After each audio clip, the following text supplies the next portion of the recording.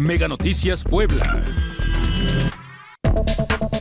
Una persona muere cada 24 horas en Puebla por algún accidente vial. Esto es superior a la media nacional. Lo que importa de verdad en 30 minutos. Mega Noticias Puebla. De lunes a viernes a las 20:30 horas.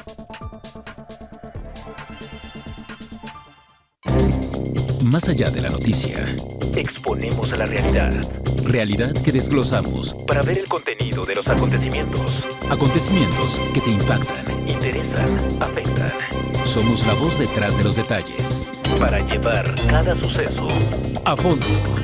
a fondo.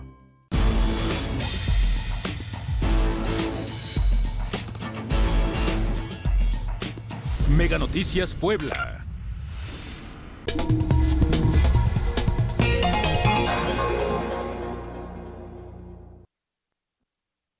Excelente noche, bienvenidos una vez más a fondo. En esta ocasión vamos a estar hablando del primer informe de gobierno del gobernador Alejandro Armenta, que se llevó a cabo este fin de semana, analizando y si bien, comparando algunas cifras. Alejandro Guillén, qué gusto tenerte con nosotros esta noche, justo, también para escuchar la voz de la gente. ¿Qué fue lo que ocurrió este fin de semana? Antes de comenzar todo el análisis, Ale, vamos a ver un poco de lo que ocurrió este fin de semana. Aquí las imágenes.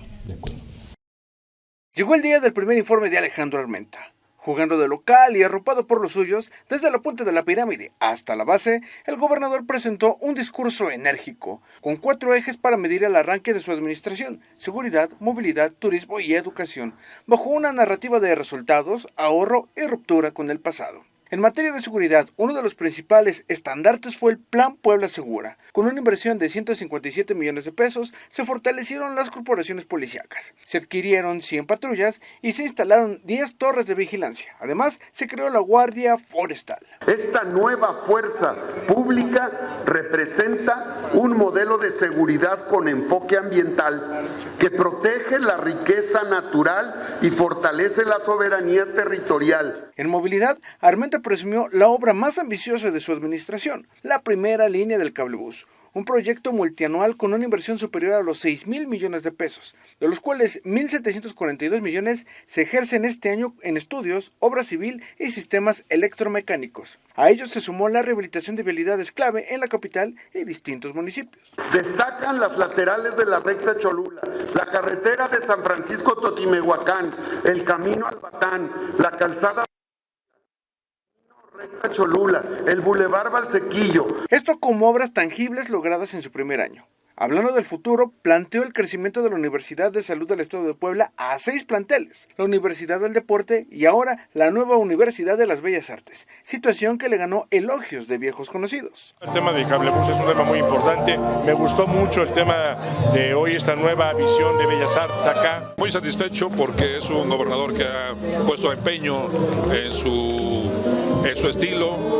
Esa buena Puebla se ve reflejado en cambios estructurales que tienen muchos beneficios para los poblanos. Si lo calificamos, el discurso, la emoción, el tono, todo muy bien. Las palabras fueron bien elegidas y entre puros invitados los gritos y aplausos no se hicieron esperar. Pero el verdadero reto no está en lo dicho, sino en lo que sigue. Que la reducción del delito se sostenga, que el cablebús no se quede en una promesa, que la transformación del barroco se traduzca en acceso real y no solo en narrativa. Porque en Puebla el primer año marca el rumbo. El segundo confirmará si este gobierno camina hacia un cambio de fondo o solo es un buen arranque. Lo más importante es cómo lo califican cada uno de los poblanos. Para Mega Noticias, Enrique González.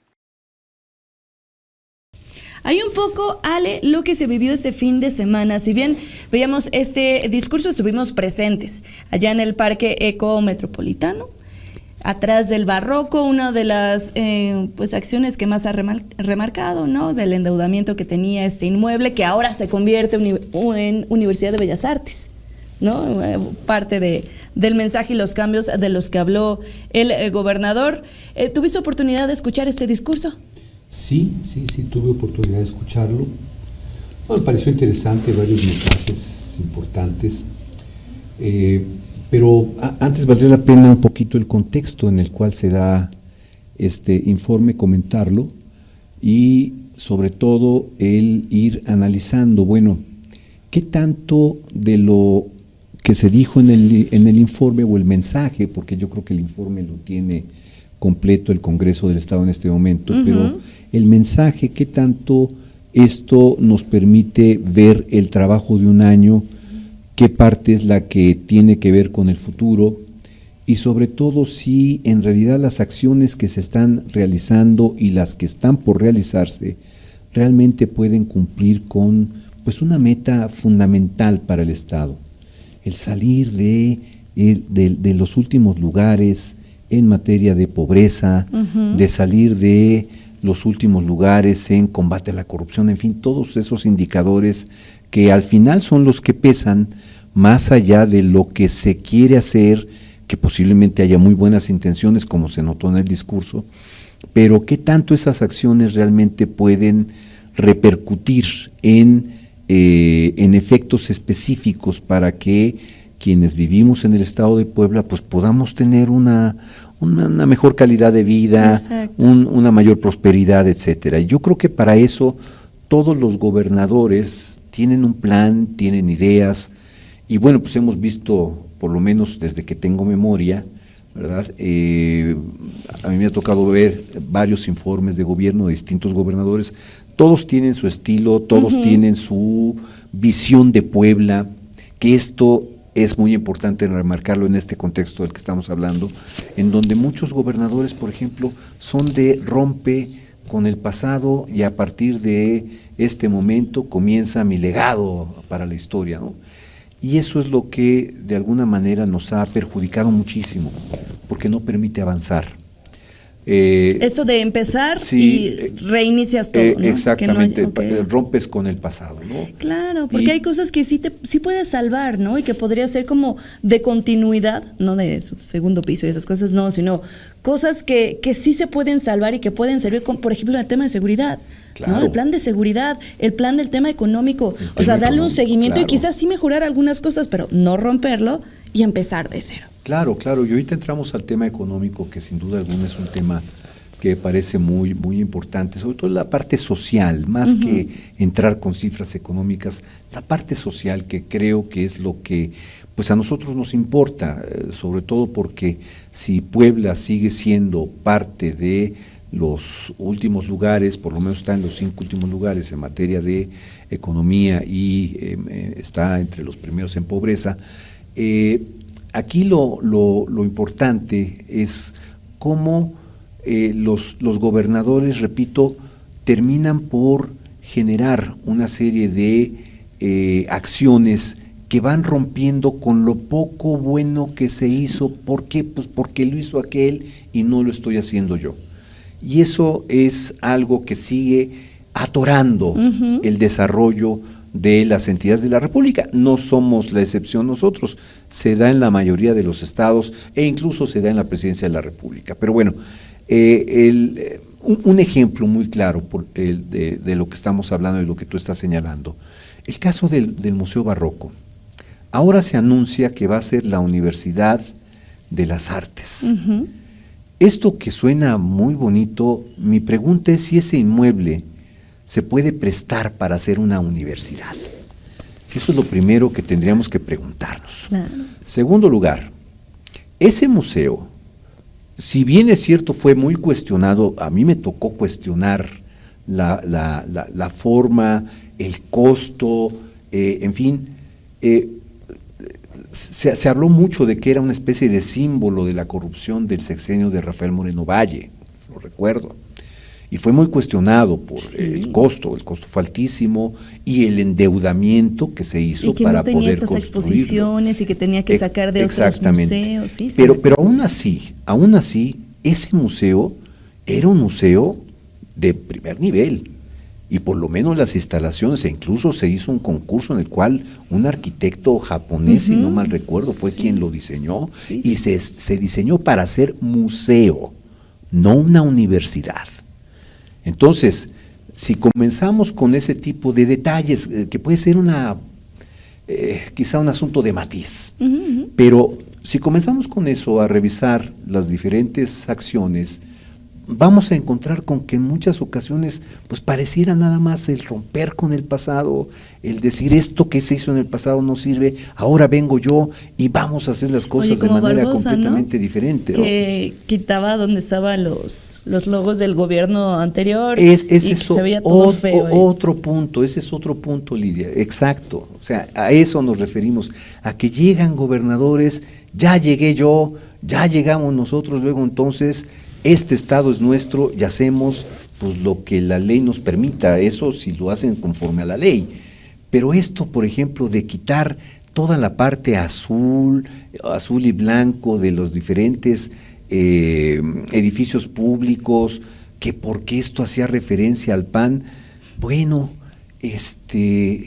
por ahí salió una ley, si no mal recuerdo, ya hay una ley en el Congreso en el que no se debe ya de utilizar el asunto de los colores como un elemento para ponerse a pintar y a quitar mosaicos, etcétera, y a destruir y a volver a reconstruir fachadas de edificios, etcétera, precisamente porque a los ciudadanos nos cuesta muchísimo el estar pues viendo cómo se pelean, que porque este color hace referencia al PAN y este otro color hace al PRI y ahora es de Morena y otro es guinda, ¿no? Entonces eso, por ejemplo, cuando se trata finalmente de obra pública, se trata de obra que se lleva a cabo con el impuesto que pagamos todos los ciudadanos, y los ciudadanos pues no tenemos colores. Aquí el asunto es cómo vamos a hacerle para ir saliendo de los problemas y cuánto dinero se nos va, nada más en ese tipo de detallitos. Entonces, regresando al tema del barroco, me pregunto si en realidad ese edificio va a ser útil para ser una universidad, porque está diseñado para ser un museo, y bien puede ser un museo de primer nivel, pero pues desde que llegó Barbosa, que le quisieron imprimir ahí un sello popular, ¿no? ¿Te acuerdas que hicieron ahí unas luchas libres? Creo que sí, la explanada. Entonces, bueno, está bien, ojalá se popularice la cultura, ojalá, claro. Pero no sé si eso para de qué sirvió, cuál es, y ahí vamos a otro punto importante, los indicadores. ¿Qué indicadores, cuál es tu métrica con la cual tú pretendes medir el impacto de tu acción política, de tu acción pública, de política pública? Y creo que ese es el gran problema que tiene, por lo menos hasta este momento, el informe del gobernador. O sea, sí, todas las acciones pues, suenan maravillosas, ¿dónde te firmo? ¿Sí? Pero eso, ¿qué tanto va a repercutir qué tanto va a repercutir en prosperidad para el Estado? ¿Qué tanto va a repercutir en una mayor productividad en el campo? ¿Qué tanto va a repercutir en educación?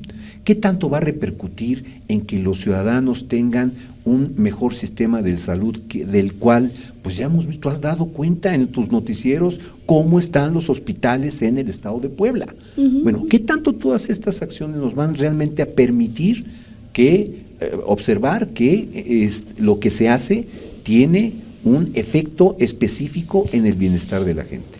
Y yo, de momento, no lo veo. Quizá lo tengan en algún otro lado, en algún otro documento, pero por lo menos ni en el informe hablado, ni en lo poquito que se ha podido publicar sobre lo que ha salido en el informe, yo no veo esa métrica, esos indicadores que te digan, a mediano plazo nosotros tenemos que lograr esto, y debemos de estar de acuerdo con los indicadores nacionales, tenemos que estar, ya Puebla tiene que avanzar 2, 3 lugares. En materia de salud, estamos en este lugar, ¿sí? De acuerdo con la Secretaría de Salud, Puebla está en este lugar, bueno, muy bien, nosotros queremos estar 3 lugares adelante, claro, en un plazo de mediano o en medio año o un año. Y así se van poniendo las acciones con respecto a plazos y cómo eso repercute en indicadores, porque no es nada más poner los plazos, es también indicadores, que eso, todas las políticas públicas tienen una medición y tienen el comparativo de cómo estamos en Puebla con respecto a otras entidades. Entonces, cuando no tenemos todo ese acompañamiento de datos, pues todo suena muy bonito, pero y al final, si el indicador en materia económica me sigue diciendo que Puebla es pobre, pues ¿de qué sirvió tanta buena intención, tantas acciones que pues solo quedaron en un discurso. Que queden, o a lo mejor sí se realizan, Lidia, pero que no. Si se realizan, el asunto es qué impacto tiene en la vida cotidiana de la gente. Claro. Este es el punto principal. Oye, y justo sobre ese tema, ¿no? ¿Qué tanto las decisiones que ha tomado esta administración ha impactado en la gente? ¿Qué te parece si veamos este sondeo que realizamos con poblanos, con poblanas de, pues, cómo califican este primer año del gobernador Alejandro Armenta? Aquí los detalles.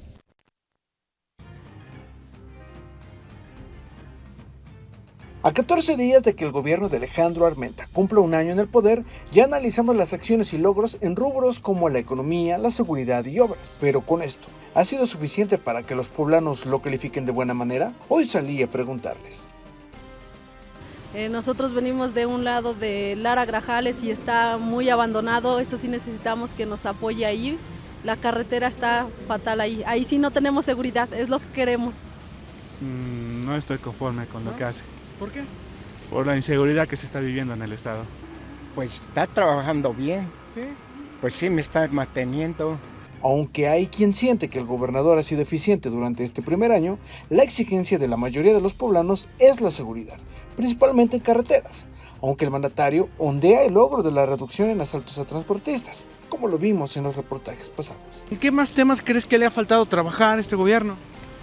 En la rehabilitación de carreteras, en la inseguridad que se vive en carretera, más que nada yo salgo mucho a carretera, entonces pues sí se vive y se ve cada cosa que pues, la verdad sí es preocupante.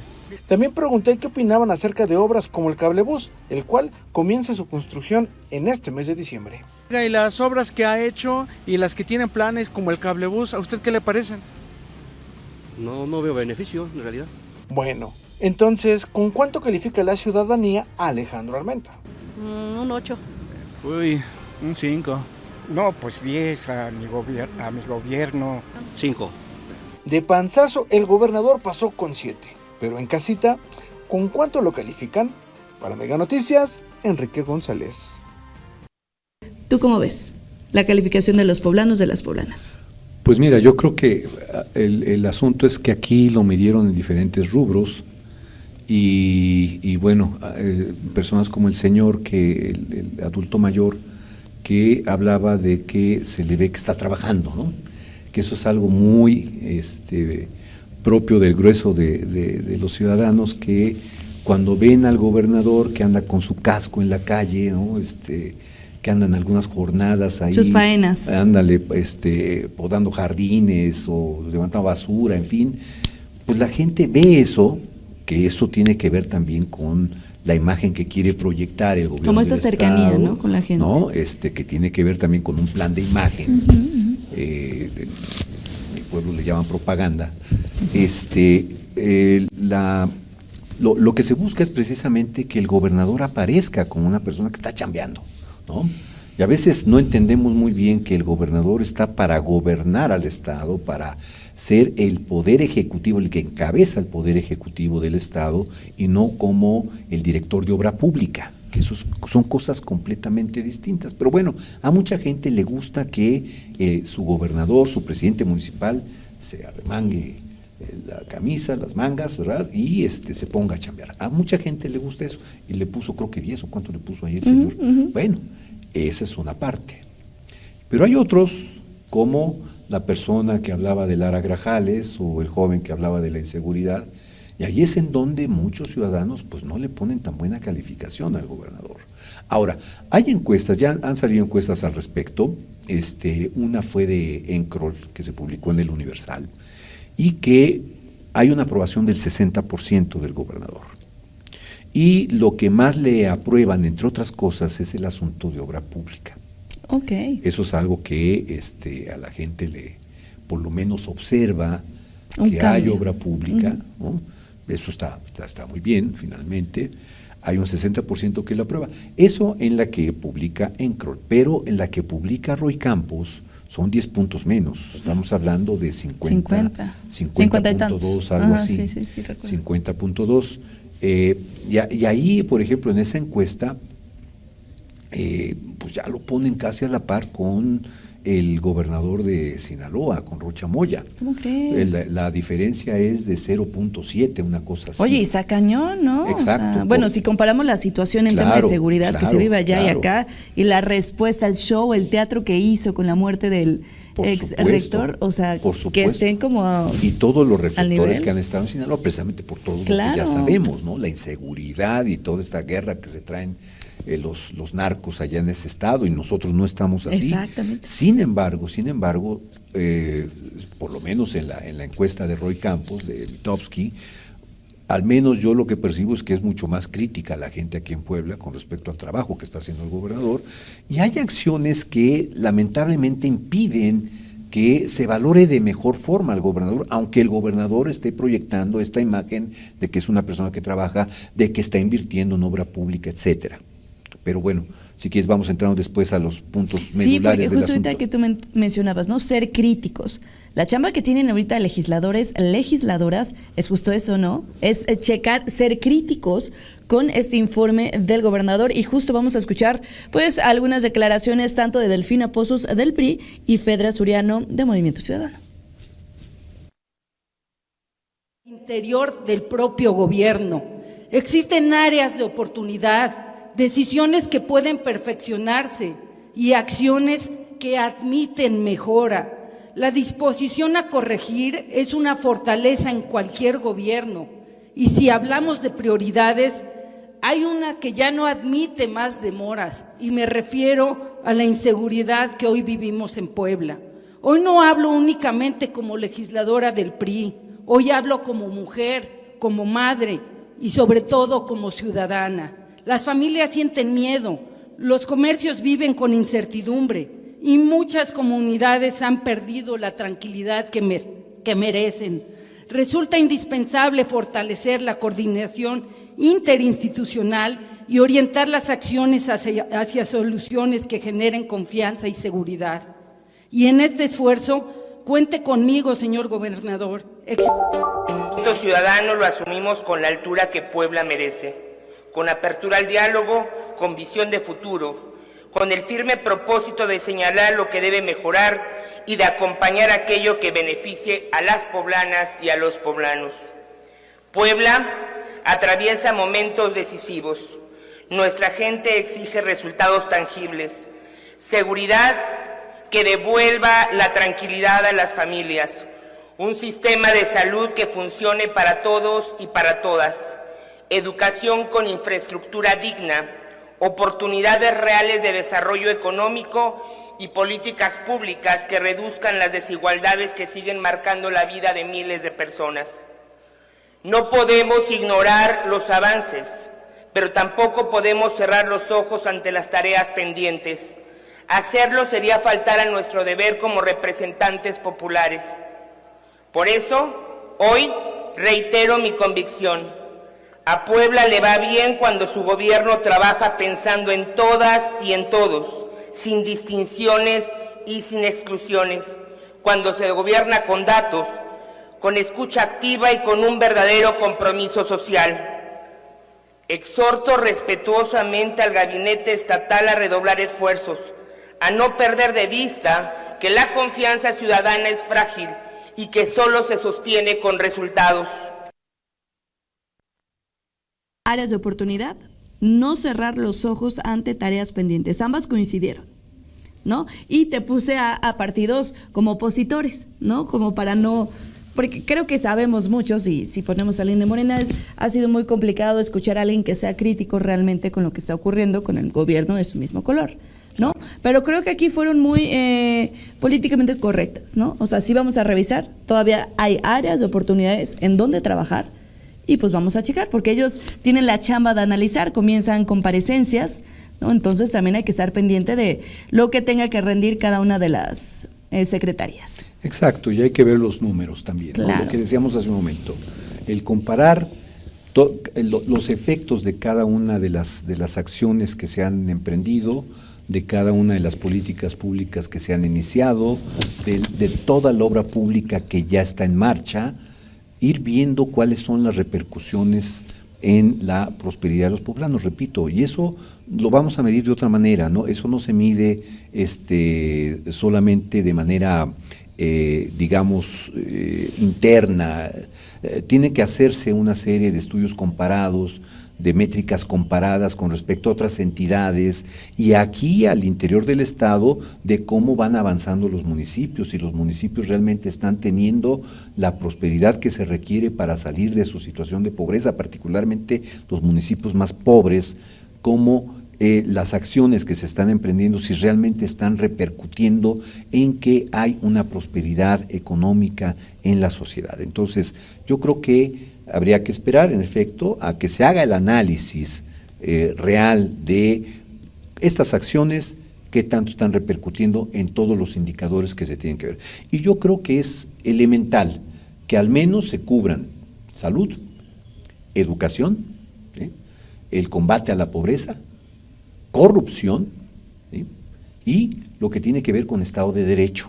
Claro. Que son aspectos fundamentales para que al menos un Estado pueda convivir, sus ciudadanos puedan convivir y que al mismo tiempo les permita en esa convivencia prosperar de manera conjunta en base con las acciones que hace un gobierno, en base también con las acciones y la responsabilidad que también tiene la sociedad, porque no es nada más del gobierno. Claro, sí, Entonces ahí creo que ahí comenzamos a tener algunos puntos, áreas de oportunidad, como le llaman, ¿no? Tareas pendientes. Tareas pendientes, y entre esas tareas pendientes está, por ejemplo, un llamado a el no buscar la confrontación que a nivel nacional se está viviendo.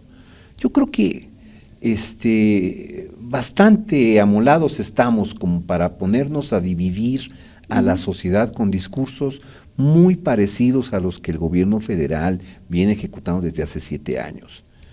Y lamentablemente a veces hemos visto al gobernador Armenta entrarle a esa dinámica de buscar la confrontación, de que aquí los conservadores, la derecha, híjole, cuando se entra a esa dinámica, a ese discurso, pues terminas dividiendo a la sociedad, terminas polarizando a la sociedad, etcétera. Ya estamos, ¿no? Aparte, bien polarizados. Exactamente, y agrégale otros temas como el asunto de la libertad de expresión, que eso es algo que está ahí latente y está siendo ya visto a nivel nacional.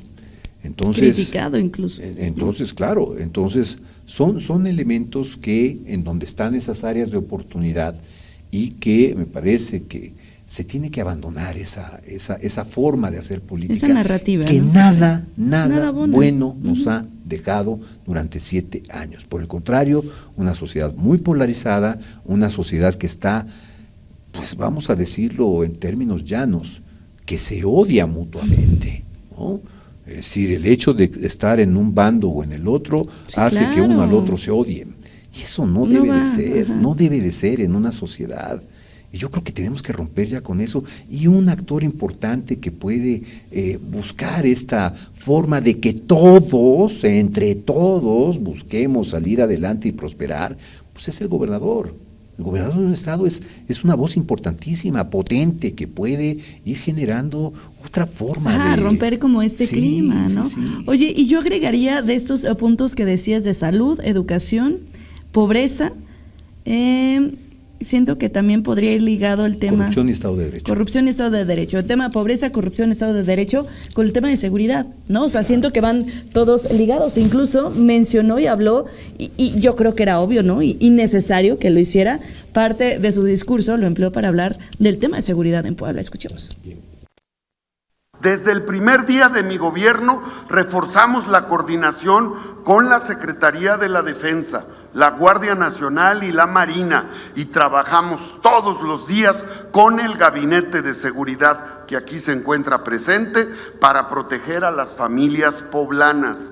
Esta labor se alinea a los 4 ejes de la estrategia nacional de nuestra presidenta: atender las causas de la violencia, consolidar a la Guardia Nacional, fortalecer las capacidades de inteligencia e investigación y profundizar la coordinación entre la Federación y el Estado. Para fortalecer la presencia territorial y la capacidad operativa de las fuerzas de seguridad, destinamos una inversión histórica de más de 1,240 millones de pesos en seguridad. Adquirimos 237 nuevas patrullas equipadas con tecnología de geolocalización y comunicación táctica. Estas unidades fueron distribuidas estratégicamente en las 27 regiones, microrregiones del Estado, priorizando las zonas con mayor incidencia delictiva. Instalamos 13 torres de videovigilancia inteligentes en puntos estratégicos del territorio, dotadas con cámaras de alta resolución, sensores de movimiento y conexión directa al Centro Estratégico de Seguridad C5. Estas torres permiten monitorear en tiempo real los espacios públicos, prevenir los delitos y reforzar la coordinación entre los 3 niveles de gobierno. Su operación ha contribuido a reducir los índices delictivos en zonas urbanas y carreteras, contribuyendo a la percepción de seguridad y a la tranquilidad ciudadana. Con tecnología, inteligencia y prevención y de la mano de la sociedad organizada, Puebla construye una seguridad moderna. Vamos, mírale el presupuesto que se ha destinado para ellos, pero que pues no se ha visto reflejado al 100% en el tema de seguridad, incluso percepción de seguridad, ¿no? Que tienen los poblanos, que tienen las poblanas. Creo que falta muchísimo más, es más de tener una nueva patrulla, ¿no? Va más allá, es la capacitación, es también ver esos temas de perspectiva de género, es tratar de que ellos mismos estén motivados, ¿no? De querer ser los encargados de salvaguardar a ciudadanos en nuestro estado. Es correcto, y sí coincido contigo, y qué bueno que apuntas este tema de manera particular, porque los temas que habíamos anotado eran temas generales, y pero la inseguridad relacionados, sí, ¿no? sí, la inseguridad entrada en Estado de Derecho, corrupción y también en parte con la pobreza. Pero sí, el tema de la seguridad e inseguridad realmente es un tema muy complicado para el país en su conjunto. Sí, claro. No es un asunto de Puebla exclusivo, no. En realidad el país está metido en este lío, en el cual lamentablemente viene de una dinámica en la que se toleró a la criminalidad organizada el ir conquistando territorios dentro de diferentes municipios y dentro de diferentes entidades de la República. Se sabe por diferentes estudios que el Estado de Puebla, si bien es cierto, no tiene la conflictividad criminal que existe en estados como Sinaloa, como Tamaulipas, etcétera. Sí. Si bien es cierto, no tenemos esa situación, pero sí hay presencia de, incluso ya se ha admitido aquí, que hay presencia del crimen organizado. Y sí, lo que tú comentas es correcto, o sea, el hecho de que exista en este momento una buena cifra de dinero invertido en materia de seguridad, eso me parece bien. Ojalá esto repercuta en cosas tan elementales como que los policías vivan dignamente, que tengan la preparación adecuada para poder ya ir sustituyendo, ¿verdad?, lo que se ha venido haciendo últimamente, que es militarizar la seguridad o meter a los militares en materia de seguridad. Ojalá se pueda ir poco a poco, ir dotando a las policías municipales y a la policía estatal, se puede ir dotando de el armamento, de la capacitación y sobre todo que se busque el bienestar de los policías, que eso es algo fundamental para que puedan llevar a cabo su trabajo de manera correcta, que no tengan ese miedo, por un lado, de si llegan a perder la vida en el cumplimiento de su deber, de dejar a su familia en situación precaria, económicamente hablando, en fin. Yo creo que ese tipo de cosas son las que se le tienen que garantizar a los policías. Ojalá todo ese dinero sirva para, y además del equipamiento, armamento, en fin, ojalá sirva. Pero volvemos a lo mismo. creo que el asunto va a ser qué tanto toda esa inversión que se está hablando de millones de pesos, qué tanto esto va a repercutir en indicadores concretos, Claro. en los cuales vayamos viendo, o ya no hablemos, por ejemplo, de la existencia de un triángulo rojo, ¿no? En donde, por cierto, está Catzingo. ¿Sí? Y aparte que se movió a la zona de la Sierra Norte, recordarás. O sea, tanto el tema de Huachicol antes estaba 100% enfocado en Amozoc y este triángulo, ¿no? Tepeaca. Y que después se fue mudando, o sea, no se terminó. Se fue trasladando, se fue moviendo y lo veíamos en zonas de Huachinango, donde estaban como estos decomisos. Exacto. Y justo ahorita que hablas y mencionas del tema de las cifras, aquí hicimos un comparativo justo de los delitos, cómo le fue en este año a Alejandro Armenta, qué aumentó, qué disminuyó. Aquí están los datos.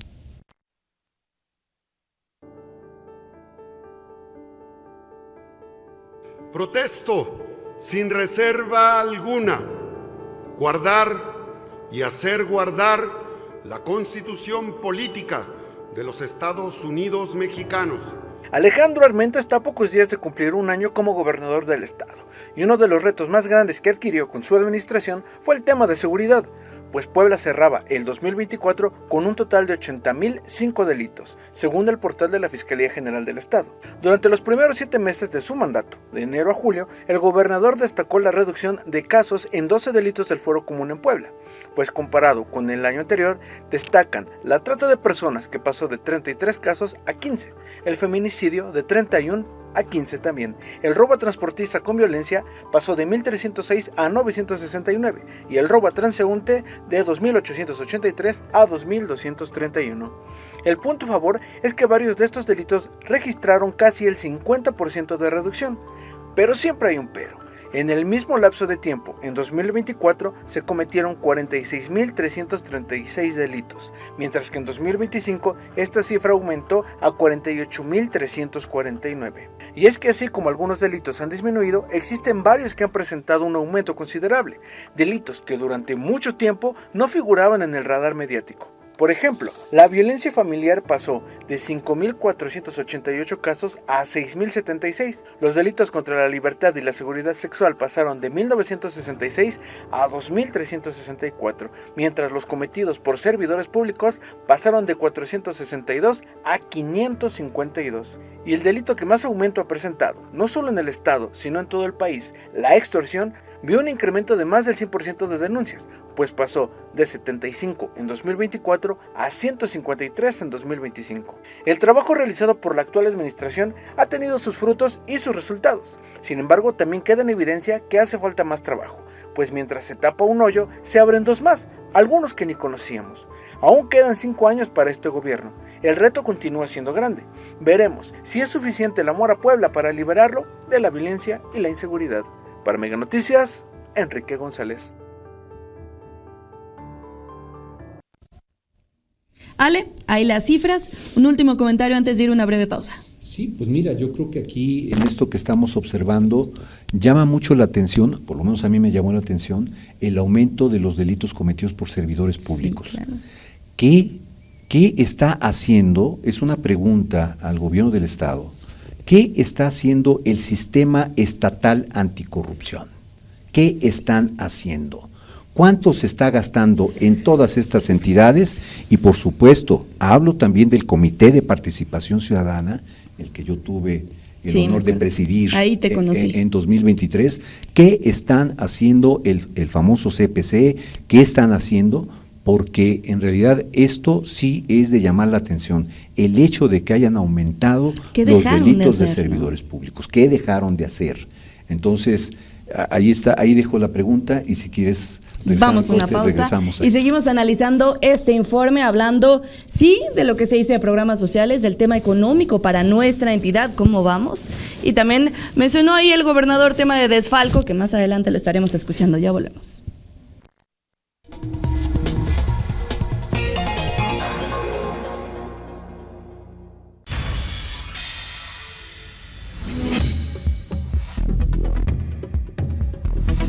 Mega Noticias Puebla. Cada segundo se desperdician 8 litros de agua, lo que representan 28.800 litros cada hora a causa de fugas y tomas clandestinas. Para que te enteres de lo que importa de verdad en 30 minutos. Mega Noticias Puebla, lunes a viernes 20-30 horas. Más allá de la noticia, exponemos a la realidad. Realidad que desglosamos Para ver el contenido de los acontecimientos. Acontecimientos que te impactan. Interesan, afectan. Somos la voz detrás de los detalles. Para llevar cada suceso a fondo. A fondo.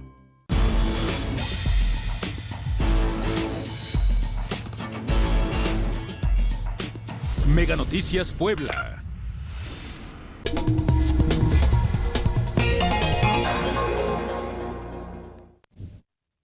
Continuamos con más. Ale, mencionaba o habló el gobernador del estado este fin de semana sobre un tema de desfalco, ¿no? ¿Te parece si lo escuchamos y regresamos justo para hablar del tema económico? ¿Cómo se encuentra en nuestro estado? Escuchemos. Coincido con la visión humanista, les decía, de nuestra presidenta, la primera mujer presidenta de México. Qué orgullo ser parte de esta etapa inédita en la historia de México.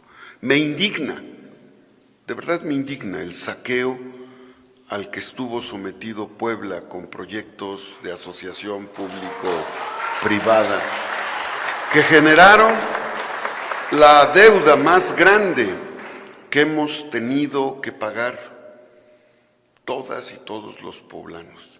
Pero como soy el primer gobernador de perfil profesional de administración pública, ya resolvimos esa deuda y le ahorramos a Puebla 8,000 millones de pesos. Cada año, de aquí al 2039, los gobiernos teníamos que pagar 500 millones de pesos por una obra que sin duda la cultura lo merece, pero no de esa forma. Resolvimos ese problema y nuestra administración pagará un plazo corto, ahorraremos 50 millones de pesos al año, terminaremos la deuda al término de nuestra administración y 2 administraciones más dejarán de pagar 500 millones de pesos al año que seguramente invertirán para seguridad, para el campo y para las principales prioridades de nuestro Estado.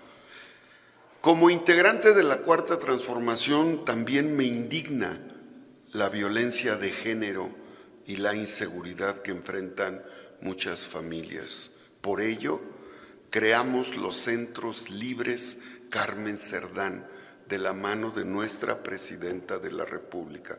Resultado de ese trabajo descentralizado de la Fiscalía, del DIF, de Gobernación, de Salud, de Economía, con respecto al año pasado, se disminuyó 41% los feminicidios. Proteger la vida de las mujeres para nosotros es una prioridad. Mi gobierno combate la discriminación, el clasismo, el racismo y el machismo. Creo que toca un poco el tema del cual tú iniciabas sobre, pues, echarle la bolita, ¿no?, a la administración anterior, ¿no? Un poco la narrativa que se viene escuchando por parte de la Federación, ¿no? Y bueno, la administración anterior a veces es con respecto a Moreno Valle, pero en otras pareciera que era también con respecto a Barbosa, sí, claro. ¿no?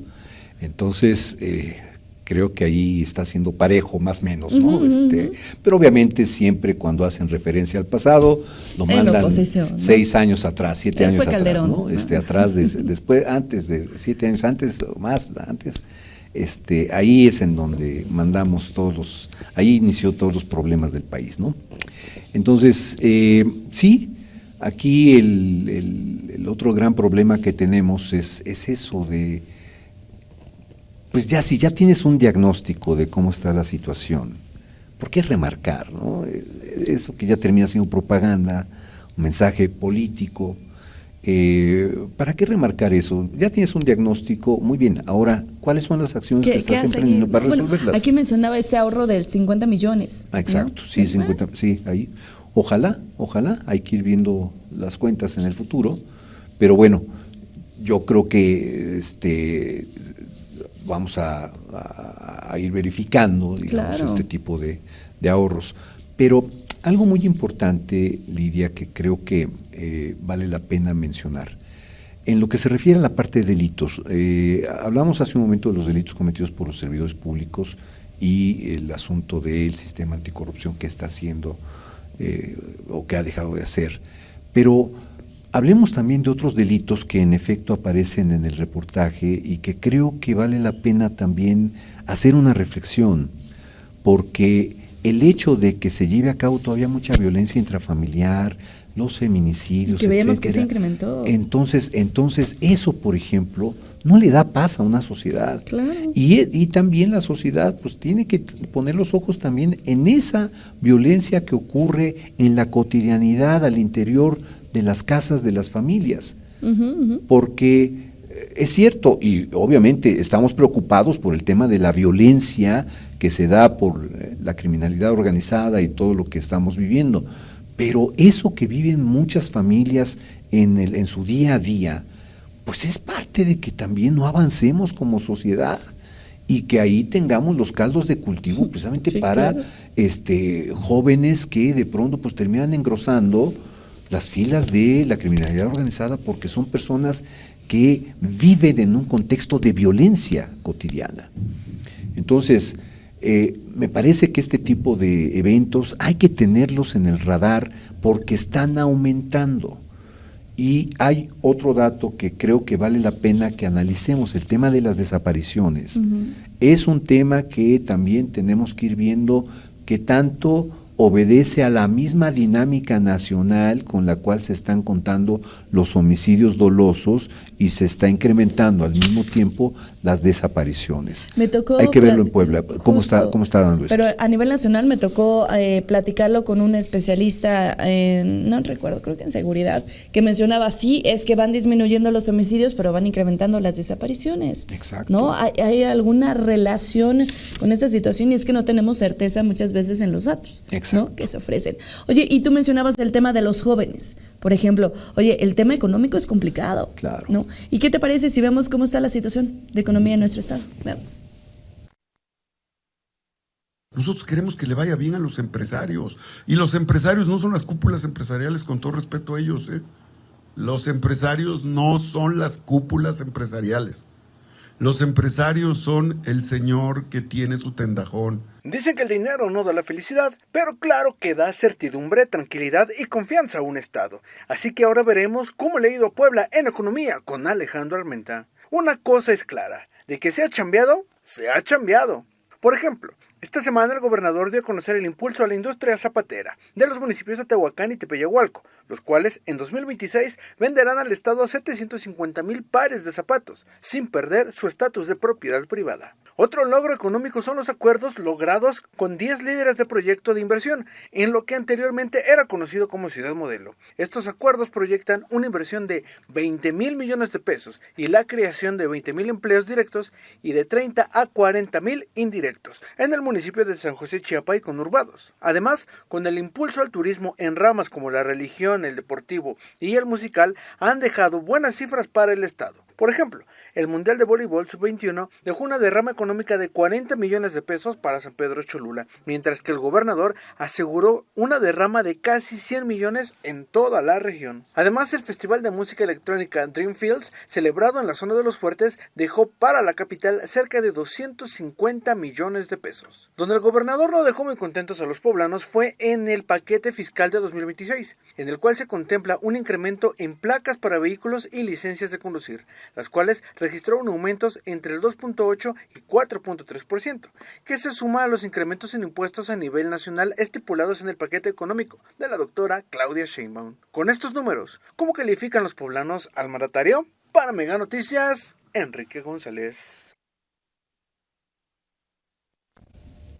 Aquí sí, algunas acciones, por ejemplo, platicábamos sobre el tema de los zapatos, ¿no? Que detonó esta zona en Tehuacán, que creo que antes no era tan visibilizada como ahora. Pero también tenemos estas otras medidas que dicen que no son recaudatorias, ¿no? Que al contrario, pero el incremento en las licencias, ¿no? El tema del reemplacamiento. Oye, ¿no cada administración mencionan que ya no va a haber? Así es, y siempre te dicen que ya es la permanente.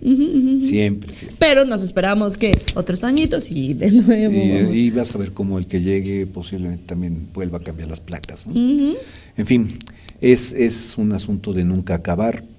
Y bueno, pues es lo que también va minando la palabra del gobernante, ¿no? Porque prometes una cosa y terminas haciendo otra y inventas cualquier excusa, pretexto para decir, pues sí, tenemos que recaudar más dinero, ¿no?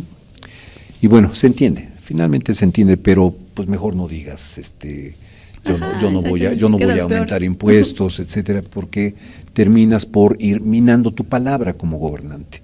Pero cierto, hay algunas acciones que me parece que son plausibles, ¿no? Eso que tú comentas de los productores de zapatos en Tehuacán, me parece muy bien.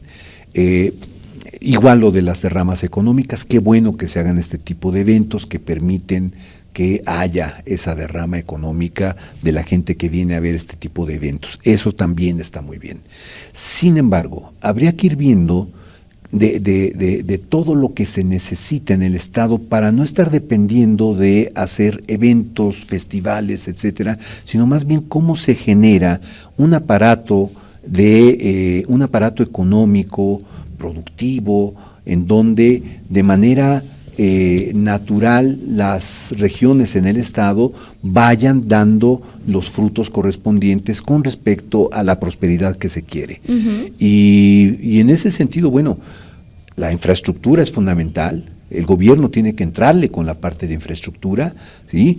Tiene que entrarle con la parte del Estado de Derecho para que haya inversiones y tiene que aventarse el tiro de hacer de Puebla, del Estado de Puebla, un Estado más seguro, porque si no tenemos estos elementos, el Estado de Derecho, por ejemplo, ¿sí? Si nosotros mandamos el mensaje de que utilizamos a la Fiscalía General y al Poder Judicial para temas personales, echarle la carroza a un personaje por temas personales, en este caso un periodista, hablaremos en su momento el asunto de la libertad de expresión, pero cuando tú utilizas eso, ¿qué ve un inversionista en eso?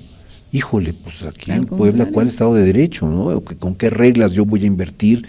Y en un momento dado, si yo tengo algún problema, algún conflicto, ¿con qué Poder Judicial me amparo, verdad? Entonces, si no existe, si no hay ese Estado de Derecho, si no hay la seguridad pública que es necesaria para que alguien diga, pues yo voy a invertir aquí en este lugar y aquí vamos a detonar esta zona en donde sea una industria automotriz, sea la empresa que sea, la empresa que tú quieras. ¿Cómo garantizas? Exactamente. ¿No? Entonces, ya de por sí tenemos un problema federal. No hay credibilidad en el país en lo que se refiere a inversiones. Lo estamos viendo de manera muy clara. Los indicadores te están diciendo que no están llegando inversiones extranjeras y al contrario, se está dando una fuga de capitales porque no hay confianza en el gobierno. Entonces, si de por sí ya tenemos ese problema, aquí en el Estado, pues vamos a tener más dificultades para poder jalar inversión. Sí, a nivel nacional está ocurriendo ese problema, ahora imagínate local, ¿no? Cómo va escalando, va afectando. Claro. Oye, y a mí me genera una duda enorme. Siguen hablando muchísimo de sus programas sociales. ¿De dónde sale todo este recurso? Incluso, igual el gobernador habló de ello justo en parte de su discurso, y aquí está lo que dijo al respecto de los programas sociales, los programas de bienestar en nuestro estado.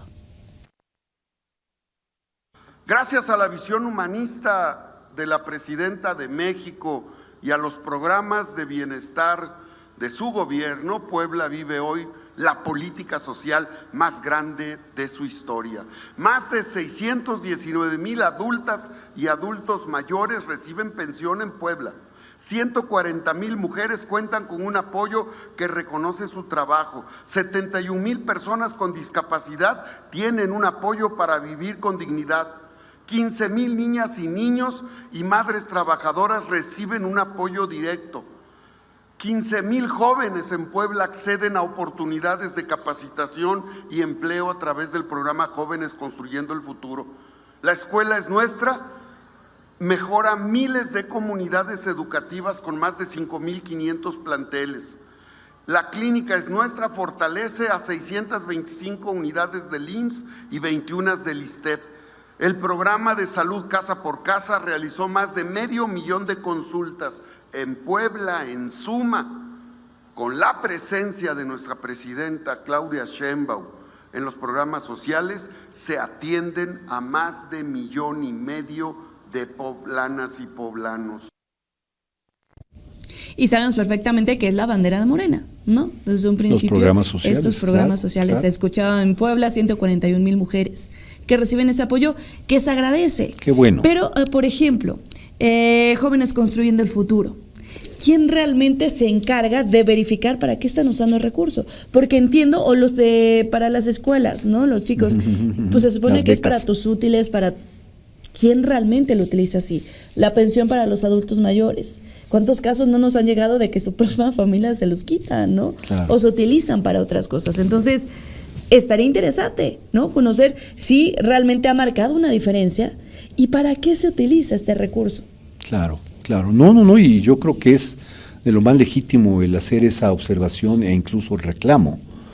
Porque, mira, de las grandes críticas que se han hecho a los programas sociales en general, está el hecho de que, con excepción de las pensiones a los adultos mayores, que evidentemente ese dinero va y no haces reclamo alguno, salvo que en realidad le llegue a la persona que está pidiendo el apoyo del gobierno.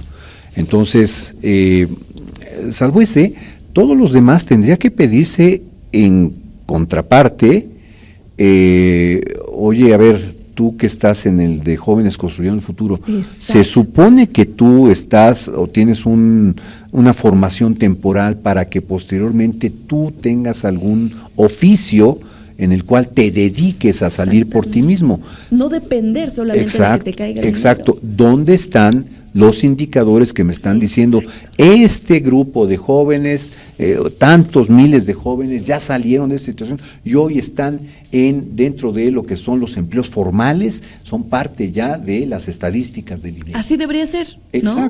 Exacto, pero no lo estamos viendo así, no se está viendo así. Yo creo que el gran problema es, se da dinero pero a cambio de nada. Y eso tampoco es correcto. No a cambio de nada, mi Ale. Bueno, tienes razón, tienes razón, sí, a cambio del voto. Exacto. Que eso, los programas usados de manera clientelar, pues terminan por prostituir los programas sociales. Entonces, creo que el gran problema es ese, no se tiene esa medición, esa métrica de qué tanto lo que yo estoy dando de dinero realmente está sirviendo para que la gente salga de su situación de pobreza, de su Porque los indicadores de pobreza siguen siendo alarmantes, ¿no? Claro. ¿Y estos programas qué? ¿Ya cuántos llevamos con ellos? Desde el sexenio de Andrés Manuel. Así es, ¿no? en efecto. Y Puebla sigue siendo uno de los estados más pobres, con todo y que se dice a nivel federal que, bueno, ha disminuido la pobreza en tanto %. Bueno, pues con todo y eso, pero es que, Puebla sigue siendo uno de los estados más pobres. Pero es pobreza extrema, sí disminuye, pero pobreza a la que le sigue, esa incrementa, ¿no? O sea... Sí, o al revés, porque más bien a nivel federal la pobreza extrema fue la que menos bajó. Es curioso. ¿Por qué la otra pobreza, la pobreza a secas, la que no tiene adjetivo, por qué esa sí bajó y por qué no la extrema? Porque los otros son clientes electorales, por eso, bueno, pues entonces avísenos. Habría que ver exactamente por qué se están dando estos fenómenos. Claro. Pero regresando a Puebla, o sea, volvemos a lo mismo. Si a nivel federal están hablando de la disminución de la pobreza, ¿por qué Puebla sigue siendo uno de los estados más pobres?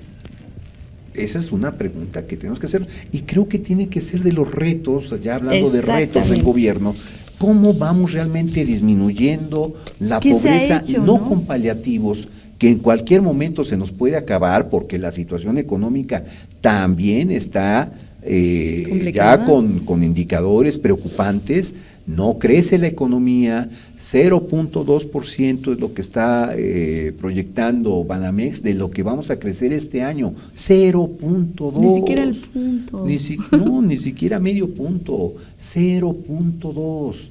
¿Qué quiere decir esto? Que nuestro crecimiento económico no está alcanzando para satisfacer las necesidades de los que habitamos en esta tierra, ¿sí?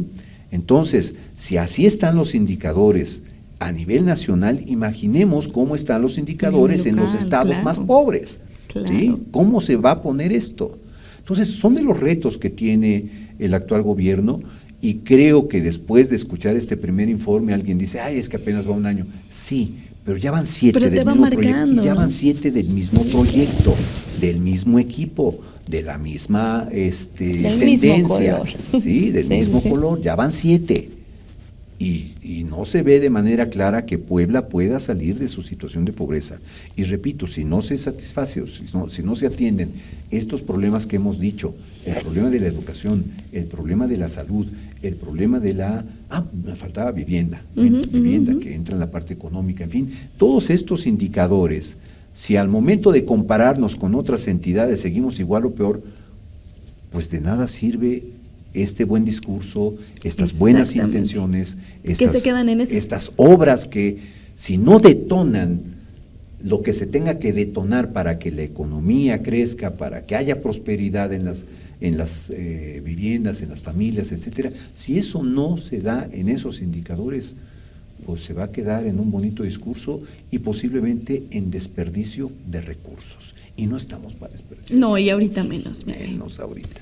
Mírale, el tiempo nos gana, falta muchísimo que analizar. Yo creo que tocabas importante el tema de vivienda. Oye, el tema de la contaminación de la Toyac, o sea, el plan hídrico. Nos falta muchísimo más, pero por supuesto lo vamos a ir abordando en estos espacios. Ale, como siempre, un gustazo. No, el gusto es mío, Lidia, muchas gracias. Buenas noches al auditorio. Y muchísimas gracias a ustedes por habernos acompañado. Recuerden, nos vemos mañana 8:30 de la noche con toda la información. Descansen.